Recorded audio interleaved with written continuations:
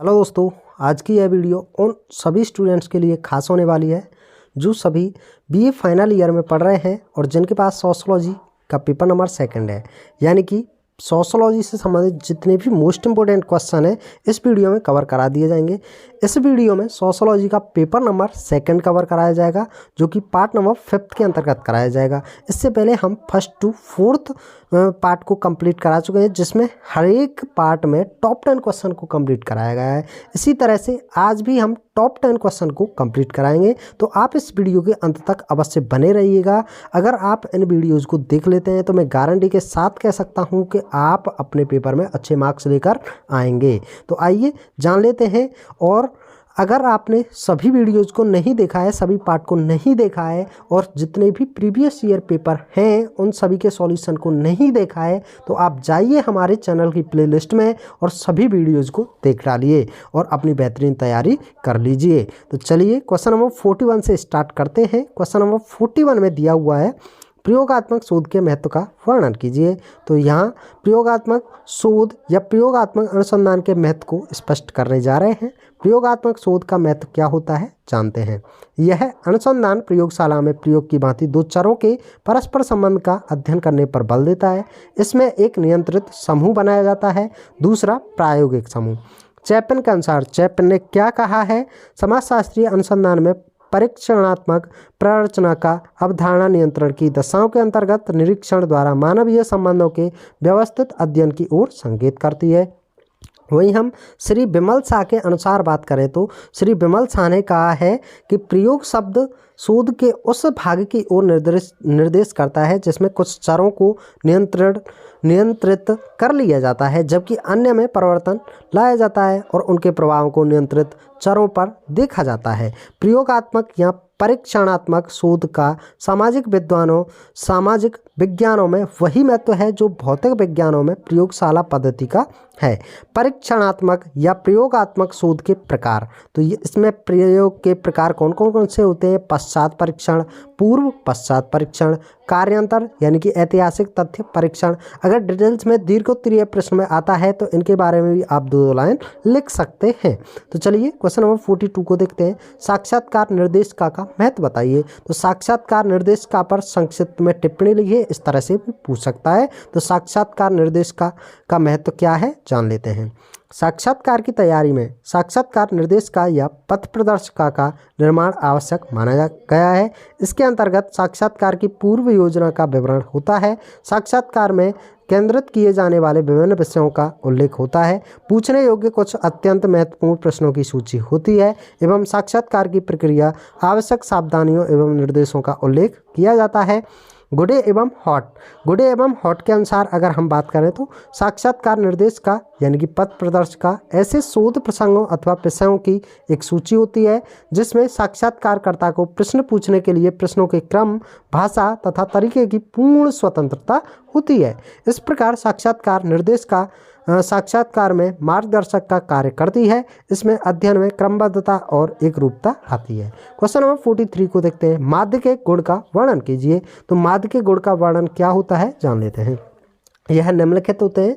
इसको सरलता एवं सुगमता पूर्वक निकाला जा सकता है। नंबर 2, इसको निकालने में तथ्यों को किसी विशेष क्रम में रखने की आवश्यकता नहीं है। नंबर 3, माध्य से केंद्रीय प्रवृत्ति का निश्चित रूप से पता चलता है। नंबर 4, इसकी गणना में किसी प्रकार के पक्षपात की कोई संभावना नहीं होती है। नंबर 5, यह 2 सम्मक समूहों की तुलना करने में सहायक है। नंबर 6, इससे परिणाम की जाँच करना सुविधापूर्ण है। नंबर 7, यह अंकगणित तथा बीजगणितीय दोनों ही पद्धतियों द्वारा सरलता से निकाला जा सकता है। क्वेश्चन नंबर 44 को देखते हैं। निदर्शन पद्धति के दोष अथवा सीमाएं बताइए। तो आइए जान लेते हैं इनके दोष एवं सीमाएं।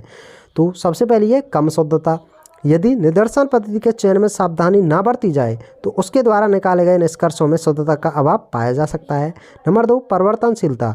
यदि प्रदत्त इकाइयां अत्यंत परिवर्तनशील हों अथवा अधिकांश इकाइयां सजातीय ना हों तो निदर्शन विधि अधिक उपयोगी नहीं होती है क्योंकि इस विधि के आधार पर सही निष्कर्ष इस दिशा में निकालना असंभव होता है। वहीं हम नेक्स्ट बात करें नंबर 3, भ्रमात्मक निष्कर्ष। यदि न्यायादर्श किसी उचित आधार पर तथा अत्यंत सावधानी से ना लिया जा सके तो ऐसे न्यायादर्श से निकाले गए परिणाम भ्रामक हो सकते हैं। यदि अनुसंधानकर्ता निष्पक्ष नहीं है तो भी वह न्यायादर्श में परिवर्तन करके परिणामों को संदेशवाद बना सकता है। वही नंबर 4 की बात करें तो विशिष्ट ज्ञान की आवश्यकता। इस प्रणाली का प्रयोग तभी सफल सिद्ध हो सकता है जब उसका प्रयोग किसी विशेषज्ञ द्वारा किया जाए, अन्यथा इस विधि से निकाले गए परिणाम अशुद्ध हो सकते हैं। जब तक सांख्यिकी का ज्ञान ना हो, सूझबूझ तथा दूरदृष्टि ना हो या कुछ विशिष्ट ज्ञान ना हो तो इस विधि का प्रयोग हानिकारक सिद्ध हो सकता है। नंबर 5 पर है उचित प्रतिनिधित्व की कठिनाई। न्यायादर्श चुनते समय सबसे बड़ी समस्या यह है कि उचित प्रतिनिधित्व नहीं हो पाता है। जब न्यायादर्श सही प्रतिनिधित्व नहीं कर पाता है तो उसकी विश्वसनीयता तथा प्रामाणिकता भी कम हो जाती है। मनुष्य के व्यवहार और स्वभाव भिन्न होते हैं, इसलिए उचित प्रतिनिधित्व असंभव होता है। क्वेश्चन नंबर 45 को देख लेते हैं। क्वेश्चन नंबर 45 में दिया है सामाजिक अनुसंधान में साक्षात्कार की उपयोगिता पर प्रकाश डालिए। यह पेज आपका थोड़ा सा PDF बनाने में थोड़ा प्रॉब्लम हो गया था, लेकिन आगे आप देखेंगे तो आगे आपको बिल्कुल अच्छा पेज मिलेगा, तो आप थोड़ा वेट करें। इस क्वेश्चन के आंसर को कंप्लीट कर लेते हैं।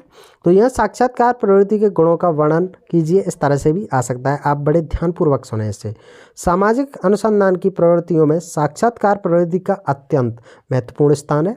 इस प्रवृत्ति के द्वारा व्यक्ति के आंतरिक मनोभावों को जानकर वास्तविक तथ्य प्राप्त हो जाते हैं। सामाजिक अनुसंधान में साक्षात्कार प्रणाली के गुणों अथवा उपयोगिता को निम्न प्रकार स्पष्ट कर सकते हैं। नंबर 1, गुप्त एवं रहस्यमय तथ्यों की जानकारी।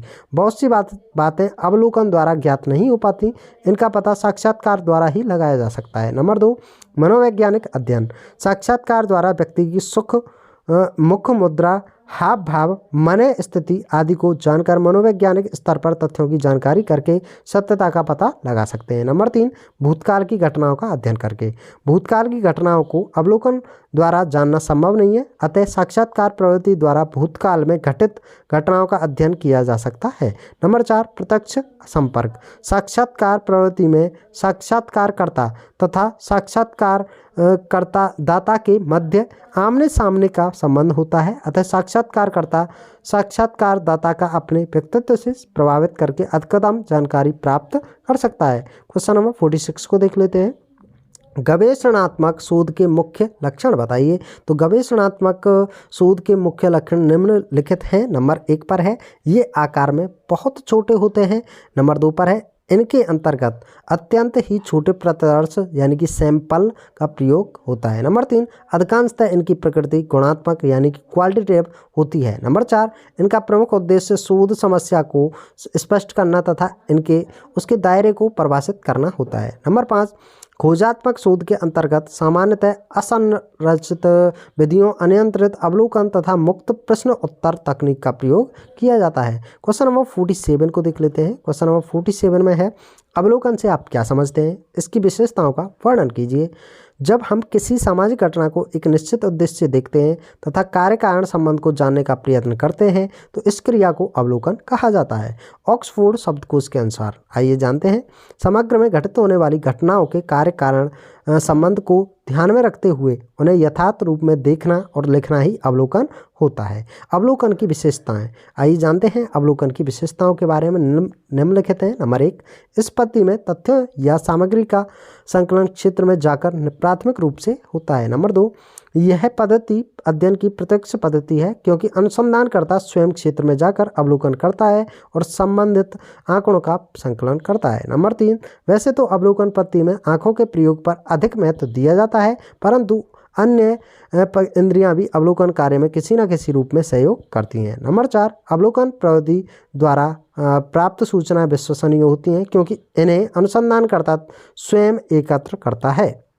नंबर 5 पर है अवलोकन प्रवृत्ति द्वारा विभिन्न घटनाओं के मध्य पाए जाने वाले कार्य कारण संबंधों की व्याख्या की जा सकती है। वहीं हम क्वेश्चन नंबर 48 को देखते हैं। अवलोकन के प्रकारों का वर्णन कीजिए। तो अवलोकन के प्रकार निम्नलिखित हैं। नंबर 1 पर है अनियंत्रित अथवा सरल अवलोकन। अनियंत्रित अवलोकन में घटना का वास्तविक रूप में अध्ययन किया जाता है। इसमें घटना पर अथवा अवलोकनकर्ता पर किसी प्रकार का नियंत्रण रखने का प्रयास नहीं किया जाता। अनियंत्रित अवलोकन का तीन प्रकार में बांटा गया है। नंबर 1 सहभागी अवलोकन, दूसरी असहभागी अवलोकन, जबकि तीसरा है अर्ध सहभागी अवलोकन। नंबर 2 पर हम देखें तो नियंत्रित अथवा व्यवस्थित अवलोकन। नियंत्रित अवलोकन में सामाजिक घटना और अवलोकनकर्ता दोनों को ही नियंत्रित किया जाता है। इसमें अनुसंधानकर्ता अध्ययन की प्रक्रिया तथा विषय को परिवर्तित नहीं कर सकता। इस प्रकार नियंत्रित अवलोकन में अवलोकनकर्ता को निश्चित सिद्धांतों के अंतर्गत ही अवलोकन कार्य करना पड़ता है। नियंत्रित अवलोकन 2 प्रकार का होता है। नंबर 1 घटना पर नियंत्रण, नंबर 2 अवलोकनकर्ता पर नियंत्रण। नंबर 3 को देख लेते हैं, सामूहिक अवलोकन क्या होता है। इस अवलोकन में एक ही समस्या का अवलोकन कई अनुसंधानकर्ता सामूहिक रूप से करते हैं। अवलोकन करने के उपरांत सभी अनुसंधानकर्ता विचार विमर्श करके समस्या से संबंधित उपकल्पना का निर्माण करते हैं। क्वेश्चन नंबर 49 है, कारणात्मक शोध से आप क्या समझते हैं। तो कारणात्मक शोध क्या होता है, आइए जानते हैं। कारणात्मक शोध से अभिप्राय ऐसे दो चरों या परिवर्तनों यानी कि वेरिएबल्स से है के मध्य विद्यमान संबंध से है, जिसमें एक स्वतंत्र चर यानी कि इंडिपेंडेंट वेरिएबल्स होता है जिसे हम एक्स चर कह सकते हैं, तथा दूसरा चर आश्रित चर जो कि डिपेंडेंट वेरिएबल्स होता है कहा जाता है, जिसे हम वाई चर कह सकते हैं। इसे हम आश्रित चर इस कारण से कहते हैं कि इसका निर्धारण स्वतंत्र चर एक्स द्वारा होना माना जाता है, यानी कि चर से आशय किसी घटना या वस्तु की विशेषता या घटित होने से है। इस कारण की शोध में किसी घटना को प्रभावित करने वाले कई कारकों में से कुछ कारकों को नियंत्रित करके अपना घटना पर उनके प्रभाव को जानने का प्रयत्न किया जाता है। एक आदर्श प्रयोग के अंतर्गत समस्त प्रासंगिक कारकों को नियंत्रित किया जाना तथा सांख्यिकी या स्वयं समाज या समुदाय को चालित करना अर्थात एक चर के प्रभावों का परीक्षण करना संभव होता है। आइए क्वेश्चन नंबर 50 एंड इस पार्ट का लास्ट क्वेश्चन देखते हैं, लेकिन इससे पहले हम आपको बता दें, यदि आप इसी तरह की अन्य वीडियो, अन्य पार्ट्स एवं प्रीवियस ईयर पेपर्स के सॉल्यूशन पाना चाहते हैं, अन्य सब्जेक्ट से संबंधित अच्छी तैयारी करना चाहते हैं, तो आप हमारे चैनल की प्लेलिस्ट में जाइए। हमने रिटन में MCQ बेस्ड पर सभी तरह की वीडियोज़ बनाई हुई हैं जो कि सभी BA थर्ड ईयर से संबंधित हैं। तो आप जल्दी से अपनी बेहतरीन तैयारी कर लीजिए। आपको कहीं भी किसी चैनल पर जाने की आवश्यकता नहीं है। आप यदि इस वीडियो की या अन्य वीडियो की PDF पाना चाहते हैं तो आप हमारे टेलीग्राम चैनल से जुड़ सकते हैं, जिसके लिए आप हमारे इस वीडियो के डिस्क्रिप्शन में जाइए और डायरेक्ट लिंक पर क्लिक कीजिए और टेलीग्राम चैनल से जुड़ जाइए। तो चलिए इस वीडियो का लास्ट क्वेश्चन देख लेते हैं। गवेषणात्मक एवं व्याख्यात्मक शोध में अंतर स्पष्ट कीजिए। तो गवेषणात्मक और व्याख्यात्मक शोध में क्या अंतर होता है, आइए जानते हैं। गवेषणात्मक तथा व्याख्यात्मक शोध के मध्य अंतर को एक उदाहरण के माध्यम से समझाया जा सकता है। जब कोई व्यक्ति चिकित्सक के पास इलाज के लिए जाता है, तब चिकित्सक इलाज की शुरुआत करने से पहले मरीज से अनेक प्रकार के प्रश्न पूछता है, जैसे कि बुखार का समय व मात्रा, खांसी, मल, जुकाम, पेशाब तथा परिवार आदि के बारे में पूछते हैं। कई चिकित्सक यंत्रों द्वारा उसकी जांच करते हैं, बीमारी की पुरानी रिपोर्टों को देखता है। उसकी ये समस्त क्रियाएं तथ्यान्वेषी प्रकृति की होती हैं। इस तरह से मरीज के बारे में समस्त जानकारी एकत्रित करना, इसे मरीज का गवेषणात्मक अध्ययन कहा जाता है। यह समस्या की खोज अथवा प्राकल्पना की रचना की अवस्था होती है। उपयुक्त जानकारी के आधार पर चिकित्सक मरीज की बीमारी के विषय में एक अनुमान की रचना करता है कि मरीज को अमुक बीमारी हो सकती है। इसके पश्चात दूसरे स्तर पर वह बृहद परीक्षण करता है। इसके लिए वह नवीनतम मशीनों तथा तकनीकों का प्रयोग करता है तथा विभिन्न दवाएं देता है। परीक्षण का यह दूसरा स्तर समस्या समाधान अथवा प्राकल्पना परीक्षण का होता है। इसे ही व्याख्यात्मक शोध की संज्ञा दी जाती है। इस प्रकार से व्याख्यात्मक शोध उद्देश्य के प्रश्नों के उत्तर खोजने का कारण ढूंढता है, जिससे उसका परीक्षण कर उसके कारण के तथ्यों को एकत्रित कर उसका सही समाधान किया जा सके। तो इस तरह से हमने सभी क्वेश्चंस को कंप्लीट कर लिया, जो कि टॉप 50 क्वेश्चन थे उनको कंप्लीट कर चुके हैं। नेक्स्ट वीडियो में फिर से हम क्वेश्चंस को देखेंगे जो भी बचे हुए क्वेश्चंस हैं, और मिलते हैं नेक्स्ट वीडियो में। Thanks for watching. जय हिंद, जय भारत।